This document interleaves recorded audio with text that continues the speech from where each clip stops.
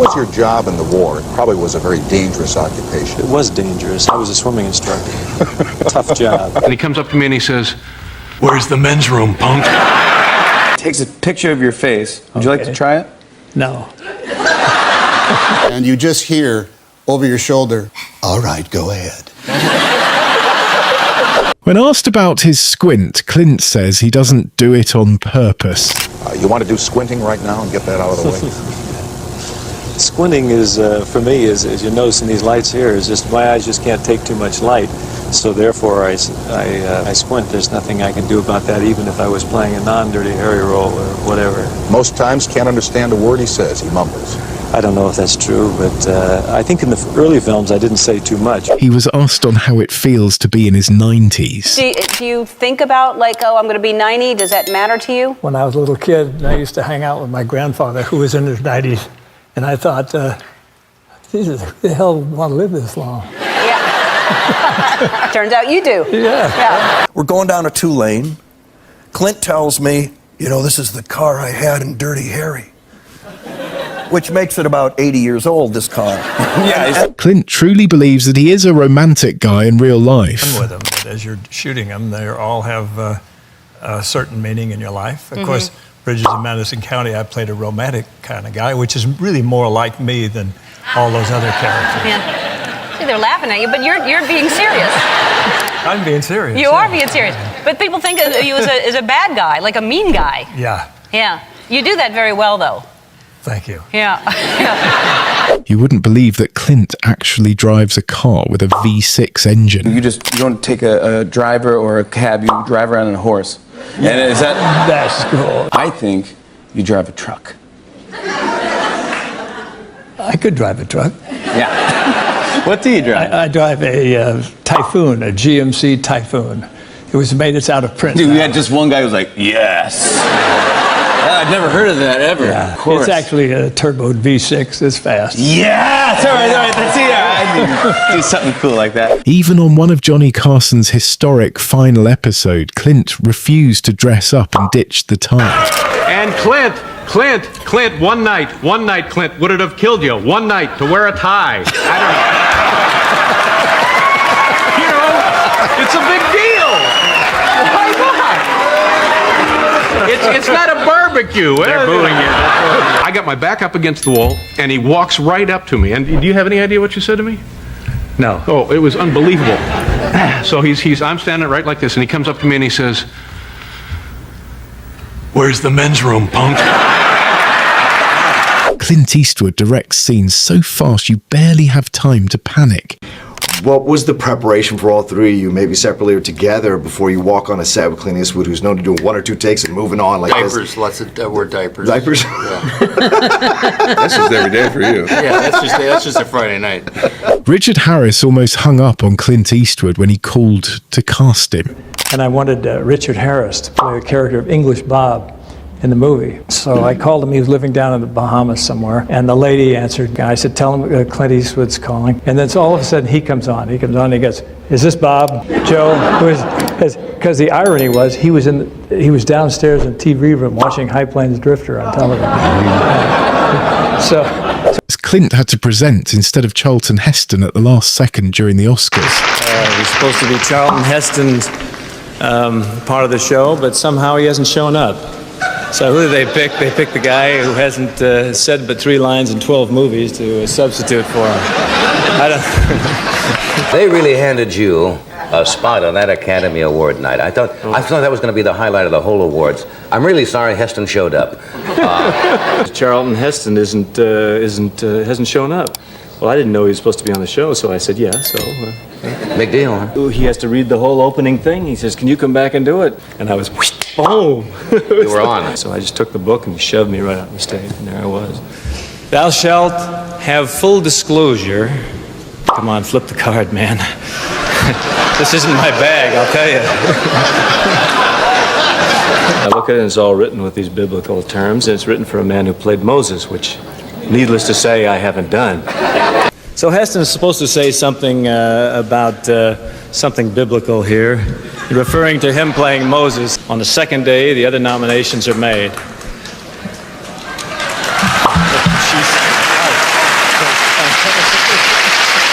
wouldn't expect the ultimate movie cowboy to be obsessed with squirrels. See what there he is. Look at that. I don't know. Oh, there's a squirrel. That's what I was talking about. What's he doing? That's so weird. That is oddly romantic for Clint, and he really... That's enough. I don't want to see any more. Before they were legends, Universal fired both Burt Reynolds and Clint Eastwood on the same day. There's a story I heard that you and Clint Eastwood both got started around the same time and that you were both fired from Universal Pictures on the same day. Why would they fire you, Clint Eastwood, or you? I mean... Well, Clint, they said, you talk too slow. Your tooth is chipped and you won't get it fixed. You don't listen to anybody. You just want to do things your own way. And I said, why are you firing me? And they said, you can't act. Clint is also infamously known for his one-take policy, which surprised even the best of actors. And I showed up and I'm ready. It's like my chance to work with, one of my heroes. And the very first take, I did it. And meanwhile, I've done this so many thousands of times. I have, a number of different ways that I'm thinking of maybe doing the scene. So he goes, cut, print, move on. And I go, hang on. Boss, want to do another one? I mean, I wasn't even in costume. That was the first one. Like, you want to do it? And he goes, why? You want to waste everybody's time? Oh my God. And I went, no, I guess we're moving on. All right, let's do it again. And you want to know, well, okay, what are we looking for? Why are we doing it again? Oh, we'll just see what happens, To Clint, that's a total waste of time and money.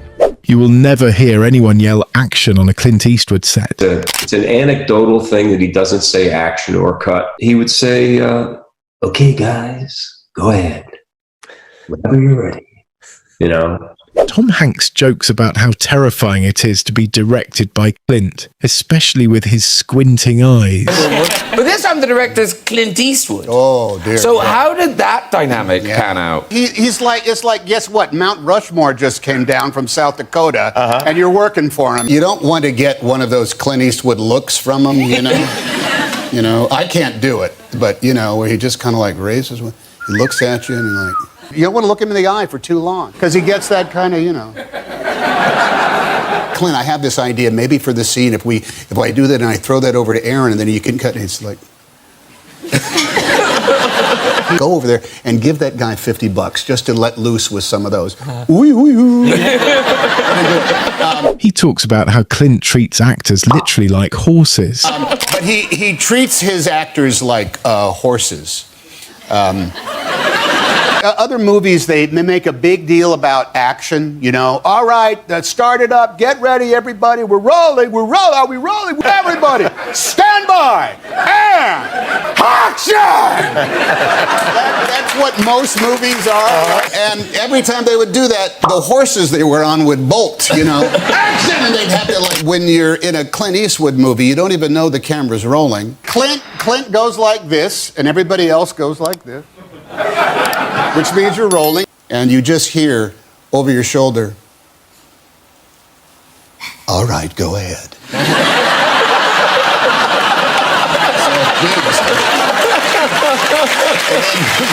And you just keep doing it until you hear him say, that's enough of that. Working with Clint Eastwood is tough, even if you're his own son. He gave me that role, and on the day we were shooting it, there was a lot of stuff that came out that wasn't on the script there. What? That wasn't in the script. Right. Okay. Yeah. And so did it make you think like he's working through some issues? Yeah, maybe? I think. Oh, I got a part for the kid. Give him this part. The part where I chew out that punk. Clint Eastwood was nonchalant before it was even a thing. Other people think of you, not so much as an artist, but as a person. I don't really worry too much about that. People have to think what they think. You can't go out and sell some image to them. That would be false to begin with. Good, bad, or otherwise, that's up to them. And don't you think you're also everything that they want to be? I guess that's the secret. If you can be what all the guys want to be and who all the girls want to be with or something, then you've got it covered. So I had to go in the Army for a couple of years. What was your job in the war? It probably was a very dangerous occupation. Yeah, it was dangerous. I was a swimming instructor. It was a tough job. It's one of those frontline things. Did you ever think at night, boy, am I lucky to have this job as a swimming instructor because I could be somewhere getting shot at? Oh, yeah. I thought about that every night. Don Rickles roasted Clint Eastwood so hard that even the best cowboy had to break character. Clint! Where are you, Clint?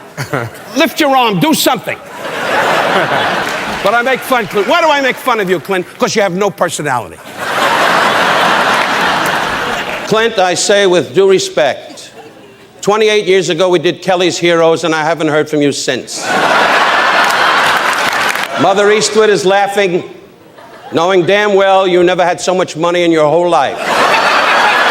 Spielberg and all these guys at the table going, oh, we know Clint. I know you.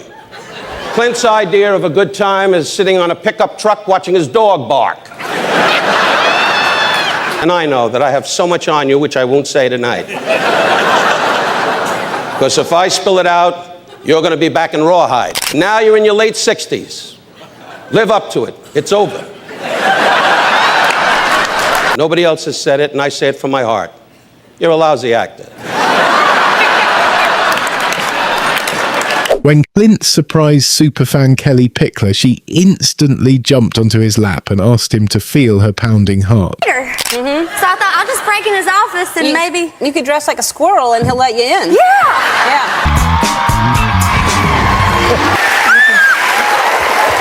Oh my gosh, sit down. Let me hide that. You're not that heavy, really. My heart is pinned on my heart.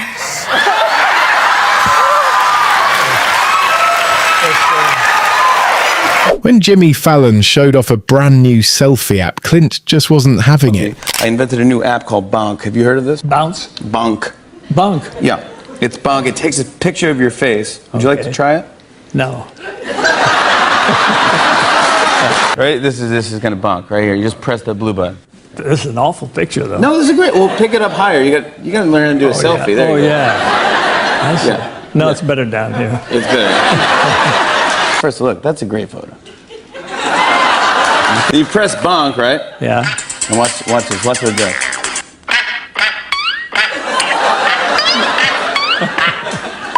When Ellen left a piñata outside Clint Eastwood's office as a prank, he started swinging at it. I showed you a gift that one of my viewers sent in. It's a piñata that's supposed to be me, I think. There it is.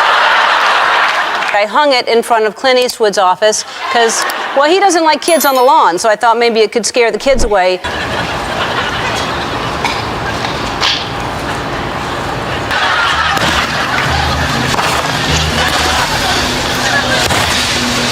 But he also is known to be one of the calmest directors. So it wasn't him, giving me long lectures about this, that, or the other. It would just be sitting like right here with Clint and watching him work. He's the Zen daddy. Does not sound like Clint Eastwood, but He's like, just check for a pulse. Yeah. It's just like, okay. The best director in terms of just like, he would just do your thing, shoot it, and then he'd go, that was great. Just on this take, just acknowledge the jury.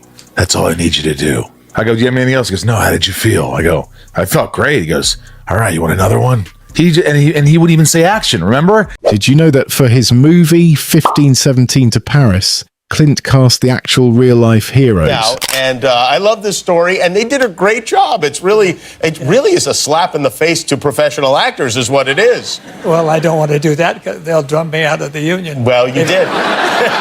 Did you watch the Super Bowl yesterday? I did watch it. You make nachos or chicken wings or anything like that? None of that crap. He's been on your show before. Yeah, Spencer, yeah. You gave him a car. We did give him a car. I've been on Carson. I've been on other things. I never got a car. Well, we gave... Because I think you're probably one of the toughest guys I've ever met. Well, that's... Yeah. Because I haven't met Molly Shannon personally. Yeah, she's tough she too, can kick, she can stretch, and she's 50.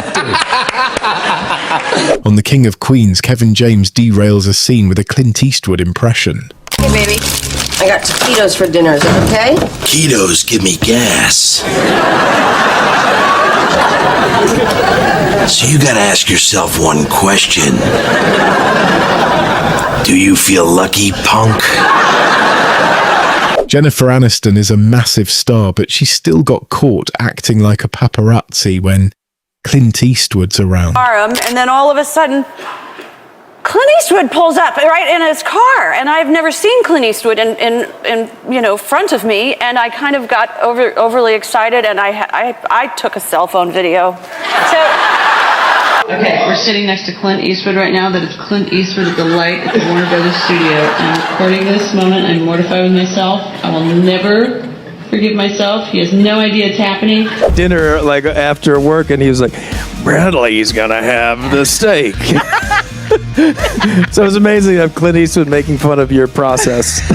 But I do remember the first day I showed up, and I was so proud. Hey, look, I gained the weight, and I sound like him. So this is how you're gonna do it, huh? I was like, wow. Yeah, and he's like, all right. And then that was it. We never talked about it. Well, Clint Eastwood once had a bizarre 12-minute argument with an imaginary president. So, Mr. President, how do you handle promises that you made when you were running for election? How do you handle it? I mean, what do you say to people? Do you just, what do you mean, shut up? What do you want me to tell Romney? I can't tell him to do that. Can't do that to himself. You're getting as bad as Biden. You know, they're all left-wingers out there, left of Lenin. Clint's speech was so iconic that Daniel Day-Lewis did the same while accepting a BAFTA. President of this country was able to make it here tonight. Thank you. Now, this is no... I love Clint Eastwood. This is no satirical comment on him or his politics or anything else, but I have to say, when I saw him talking to a chair in front of a room full of strangers, I thought, I've got to try that. I mean, that's... Clint is completely unfazed by live TV antics, even when Ellen approaches him without any script. So do you have a script for me? No, I don't. I just wanted to say hi. You're getting me jealous because I saw you gave Marty a script. Yeah. No, it's more important, actually. I want to take a picture from MySpace. Do you mind if I get a picture with you? Can somebody take this? Oh, Steven Spielberg. Actually, yeah. Can I get Steven? Yeah. Yeah, that's better. That's good. If you enjoyed the video, make sure to hit that subscribe button. It really helps.